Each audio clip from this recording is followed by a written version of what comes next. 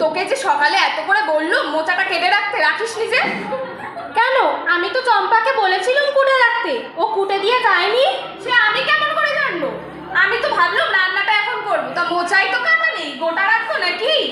ও মা, কি সব বলেছে মেয়ে গো! এত করে বললাম কেটে রাখতে।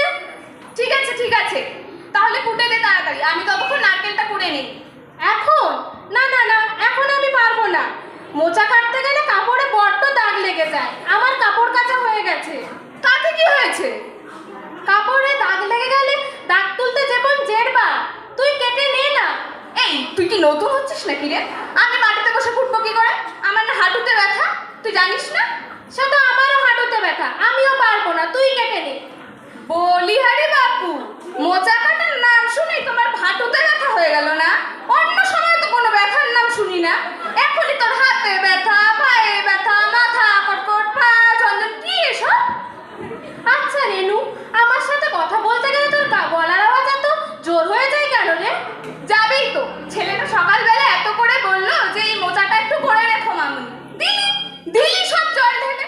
জীবনে দেখলাম না তুই ছেলেটাকে একটু ভালো মন্দ করে খাওয়াতিস, সেই বিয়ের পর থেকে আমার উপরেই সব দায়িত্ব দিয়ে দিয়েছিস। তুই তো আমায় রান্নাঘরে ঢুকতেই দিস না, তোর আনবো কেমন করে? কি করে দেবো তোমাকে? তুমি চারদিক যা বাসন ফেলে, মশলা ফেলে, এই ফেলে ওই ফেলে নোংরা করো, সব পরিষ্কার করতে করতে আমার প্রাণ বেরিয়ে যায়। তোকে তো আর পরিষ্কার করতে হয় না। সে যেই করুক, তুই তো আর করিস না, সারাদিন তো সেই নাক ডেকে তুই ঘুমোস। কত বড় কাজের লোক এলেন বাড়িতে। তুই তো এসেছিস এই বাড়িতে আমি আসার 6 বছর পরে। ততদিন বাড়ি কে পরিষ্কার রাখতো শুনি? আর যেই করুক তুই করতিস না। আমি তখন কি করতুম? ঘুমোতুম। হতে পারে, তোমার তো হবে, তুমি তো এবার ঘুমোবার রানী, বরের সাথে দুটো কথা বলতে গেলে তুমি ঘুমিয়ে পড়ো। তোকে আমার বর কানে কানে বলেছে কথা? এই বলেছে আমাকে, তোর বরই আমাকে বলেছে। বলেছে তোমার দিদির সাথে কথা বলতে গেলেই বলতো আমার না এখন ঘুম পেয়েছে। আচ্ছা, আমি তোর কোন পাকা ধানে মই দিয়েছি রে? কোন পাকা ধানে মানে?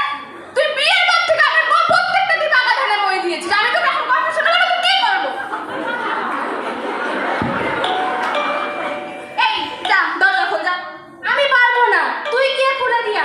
আমি পারবো না, তুই বসে আছিস, তুই খুলবি। তুইও বসে আছিস বটে তুই। এই কে রে এত ঘন ঘন বেল বাজাচ্ছে? নিশ্চয়ই চম্পা এসছে এখন মোচা কাটতে। ওর তো মোচা কাটার টাইম পায় না, যখন ইচ্ছা সকালে বেলা বিকালে মোচা, বিকালে বেলা রাতে মোচা। কেন? এই দাঁড়া, যাচ্ছি। এই শাড়িটা হয়ে যা, আর সহ্য হয় না। এই চম্পা কোথায়? ও মা, তুই? আরে এত পাকা নিয়েছিস? ওসব কথা পরে হবে, আগে বলো চম্পা কোথায়? চম্পাও নেই। চম্পাকে কি বলেছো? চম্পাকে? আমি? তুমি না হলে তোমার দিদি? ডাকো তেনাকে, ডাকো। কোথায় তিনি? চম্পাকে কি বলেছিস? এই মেরেছে, আমি আবার কাকে কি বললু? চম্পাকে কি বলেছো? ওই তো মোচা মোচা কাটতে বলেছি। ব্যাস, হ্যাঁ হ্যাঁ তাই বলেছে রে, মোচা কাটার কথাই বলেছে। ও কোনো কাজ করে না, সারাদিন আমি খেটে খেটে মরি। একজন তো ঘুমোয় আর একজন মোচা কাটে। তুমি পটর পটর করবে না তো, তুমি চুপ করো। কবার ঠাকুর ঘর মুছিয়েছো? কবার দোতলা একতলা করিয়েছো? কবার বলেছো তোর বাপ মা তোকে কিছু শেখায়নি? বলেছো তো কবার? বাপরে হাঁটু ব্যথা। কি? বলো চম্পাকে কি বলেছো সেটা বল।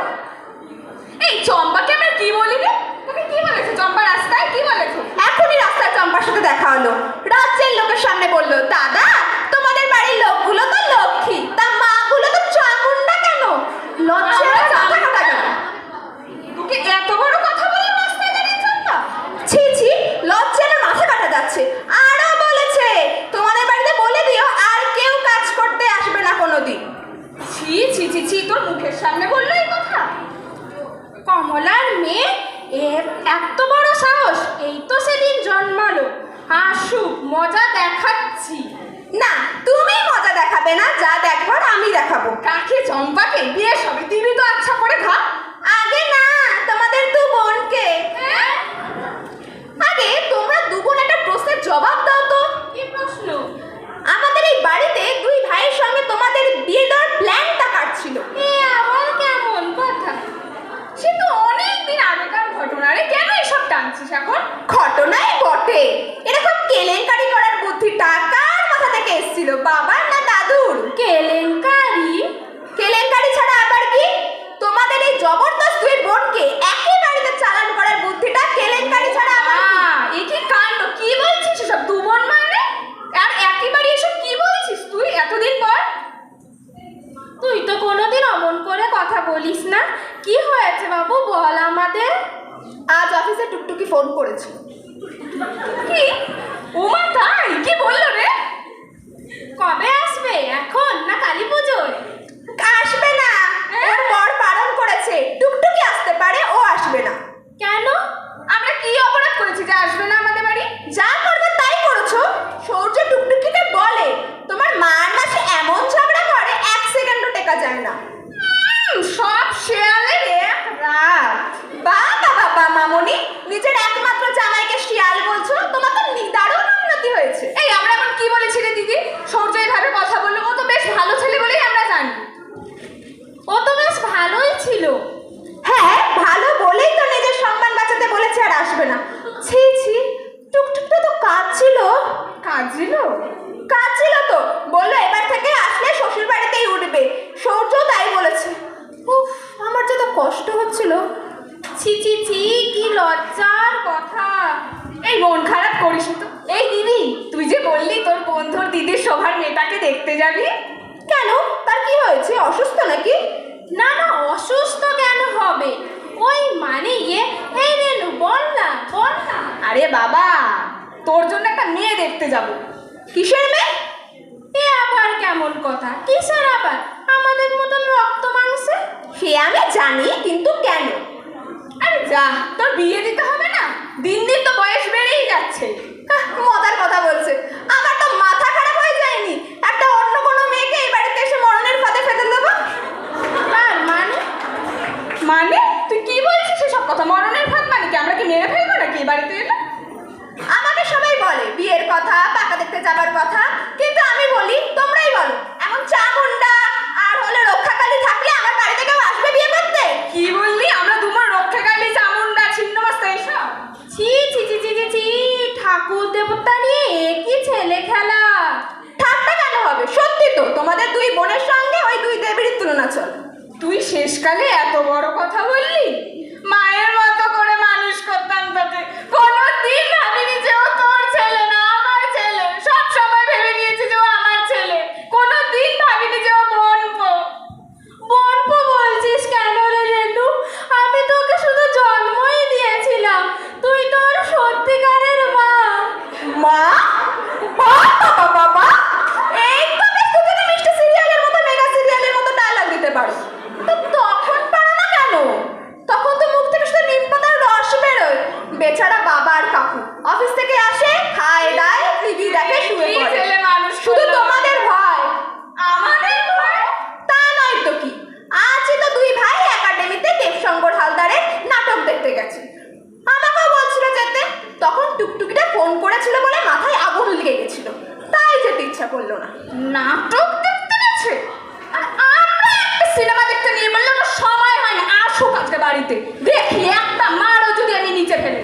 আমাকেও তো নিয়ে যায় না কোনোদিনও। আসুক আজকে, মজা দেখা। তুই ভাইকে আজকে শায়েস্তা করবি, দেখ। মাথাটা খেয়ে নিচ্ছে একদম। তা নিয়েটা যাবে কি করে? তোমরা যদি সিনেমা হলের উপর পা তুলে বসে মচ্চর মচ্চর করে পপকর্ন আর চিপস খাও, তাহলে কি কেউ নিয়ে যেতে পারে? তো কি করব? আমাদের দুজনেরই তো পায়ে ব্যথা, কতক্ষণ পা ঝুলিয়ে বসে থাকবো কি করে? আর আর চিপস খেলে খচর মচর আওয়াজ হবে। কোন মানুষটা চিপস খচর মচর আওয়াজ না ছাড়া খেতে পারে? তুই আমাকে দেখা দেখি। এতে এত লজ্জার কি আছে? তাহলে তোমরা সিনেমা হলে যেও না, টিভি দেখো, সেপ্টেম বক্স লাগিয়ে দিয়েছে, টিভির চ্যানেল পাল্টাবে আর দেখবে, ওটাই বেস্ট। কি জ্বালা, বাড়িতে বসে দেখলেও বিপদ। ও বাবা বাচ্চু, লক্ষ্মী সোনা, শরীর খারাপ লাগছে নাকি? কি সব উল্টো পাল্টা বকছিস? কোনোদিন তো আমাদের কথার অন্যথা করিস না। তুই তো কোনোদিনও অমন করে কথা বলিস না। কি হয়েছে বাবু, বল আমাদের। শরীর ঠিক আছে তো তোর? মাথার ভেতর কি অন্যরকম মনে হচ্ছে? এই কেউ কিছু ঢুকিয়েছে মাথায়? না,